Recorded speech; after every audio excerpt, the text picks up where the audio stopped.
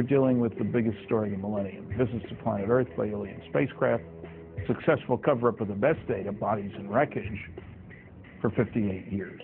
The bottom line is I don't believe the claim of the Air Force that all sightings can be explained. This is the biggest secret in the history of the human race, and particularly in the history of modern government. We are being engaged as a planet and as a species by other beings. The Canadian government is how I actually proved that the U.S. government was covering up their collection of UFO sightings and records.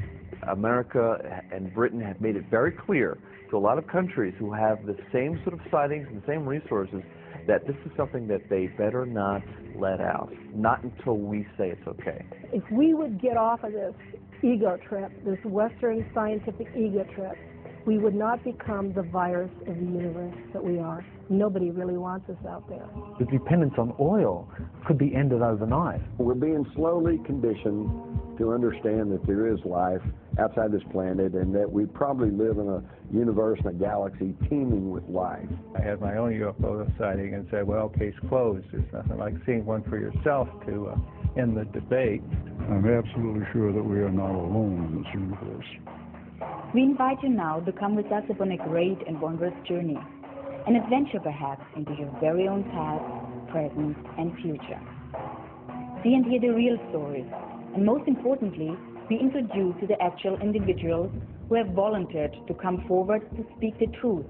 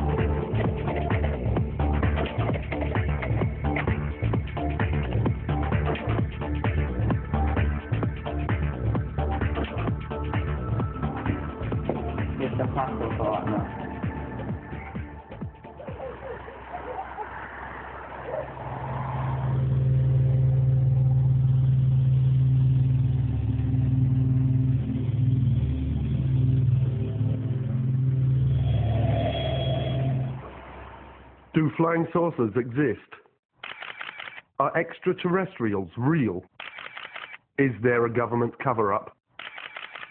For nearly 60 years, denial has been the only official position of the governments of the world relative to UFOs, alien abductions, and extraterrestrial contactee reports. Endless debates have raged over the thousands of documented cases that have been brought forward without official recognition. Some have been monumental incidents involving hundreds or even thousands of people. Roswell, New Mexico, USA. July the 4th, 1947. A flying disc crashed. The debris and alien bodies were flown to Wright Field Air Force Base in Dayton, Ohio. Suffolk, England. Rendlesham Forest, December the 26th to 28th, 1980.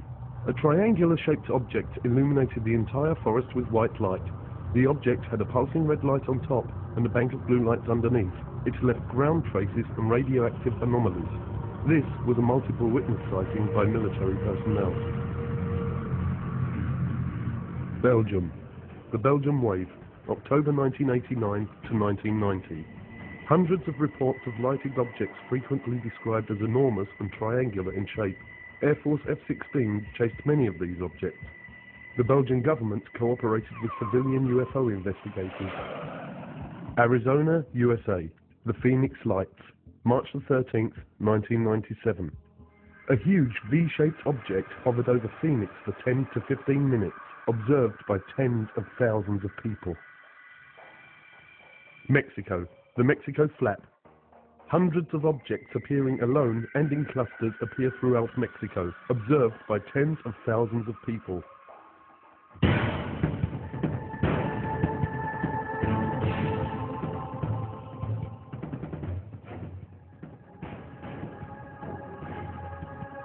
Flying saucers are real.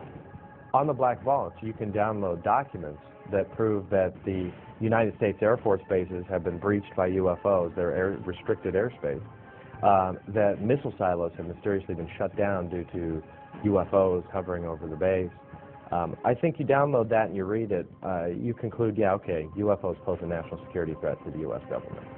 And in '52, I was an 8th grader and old enough to read for myself the big screen headlines that July about UFOs flying over the nation's capital and the Air Force planes not being able to catch them. They're there and they're paying attention. Incidents happened in Soviet Union before it collapsed. Incidents happened all over the northern U.S., the ICBM bases, where they came down, hovered over the silos, played hell with the electronics. Pictures were taken. Hundreds of witnesses watched them. Highly classified. You'll never hear that, except from whistleblowers and big mouths like me.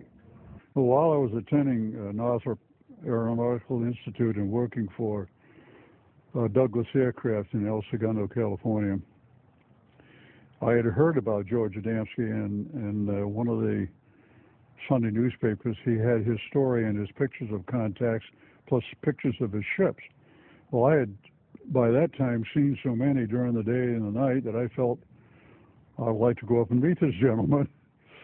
On the weekend, he would entertain people who would come to see him, military people, engineers, scientists, people from all walks of life. He had taken some beautiful pictures of the scout craft as well as the carrier ships. I went up to see him. He had a 6-inch telescope that he used to take the pictures of the flying saucers. And in using that scope, when I finished, I was just about to take my eye off the eyepiece when there was a blue-white streak that went by, and I jerked my head up to see if I could see it, and I didn't. And I looked at his 15-inch telescope dome, which was a couple of 100 yards from his house. And there was a big flare-up blue-white light, and then it kind of closed back down. No noise. First I thought it was an explosion, but it was a little slower than that. And there was an elliptical flying saucer. It looked to me like it was hovering above the ground. So I heard it increase its frequency, and it got brighter and brighter, and it was really pretty hard to look at. And it shot straight up until it looked like one of the stars. If you've ever been to Mount Palomar at night on a dark night, boy, they're big and bright. And it stopped for an instant, and then it shot over the horizon over San Diego. We have more than one witness who have been involved in the tracking of these objects on radar. You know, many people say, well, look, if this stuff was real, why are there no radar reports? I said, we have them. We actually have the radar tapes from the FAA. This is not just UFOs, and this is not being visited by guys from other planets. I was to learn later that our security, our intelligence people, our military people concluded and learned we were not merely dealing with interplanetary visitation. We were being visited by guys from other star systems, which technologically, you know what that means. They're not just from another planet like Venus or Mars or somewhere. These guys are from other stars. I'm convinced after studies since 1958 that the evidence is overwhelming that planet Earth is being visited by intelligently controlled extraterrestrial spacecraft. In other words, some UFOs are alien spacecraft. Most are not. I don't care about those. Most isotopes aren't fissionable. I don't care about the ones that aren't if we want to build a reactor. If somebody who had the clearance to carry nuclear weapons or launch nuclear weapons saw these objects over a nuclear facility and reported it and have documents to prove it happened, this is dispositive. That's what someone who is wanting to look into this and says, well, could this really be true and I don't know about it? They need to look at that, and we've assembled it. We have a 600-page book of top secret documents and the transcripts of these witnesses. We have videotapes. So I began watching the newspapers for any newspaper reports. I started buying magazines that had a UFO article in the magazine and collecting these, and from those I would get names and addresses. And I often called the people who wrote the articles to get them. Then I'd go interview those people myself, and if they took pictures, I'd try to get a copy of the picture, and frequently did. And then I began trading the pictures that I already had with other people that had pictures to get more pictures, and eventually built a library of pictures, probably the largest in private hands in the world. Is over 4,000 pictures of real UFOs. Now, if I can collect that many alone as a single individual working by myself, how many pictures do you think the government has got when every government employee is a potential investigator?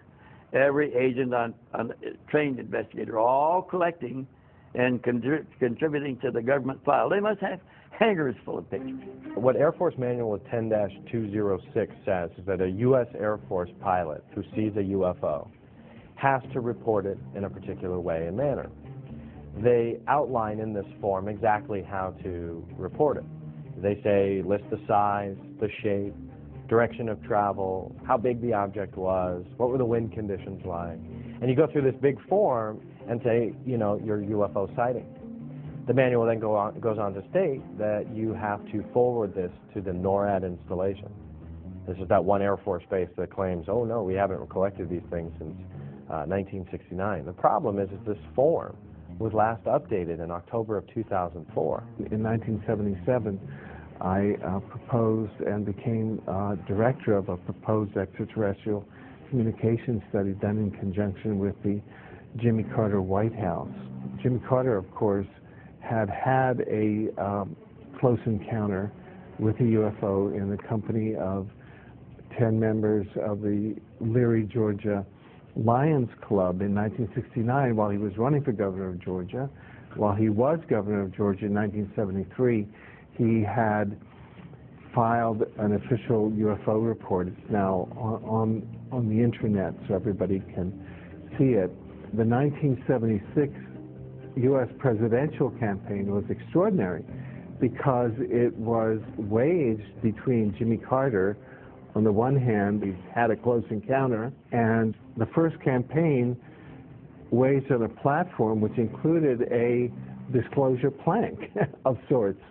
Jimmy Carter was asked on various occasions, and this is documented, once elected, would he open up the extraterrestrial UFO files, and he said yes, he would. We have over 450 military and intelligence witnesses.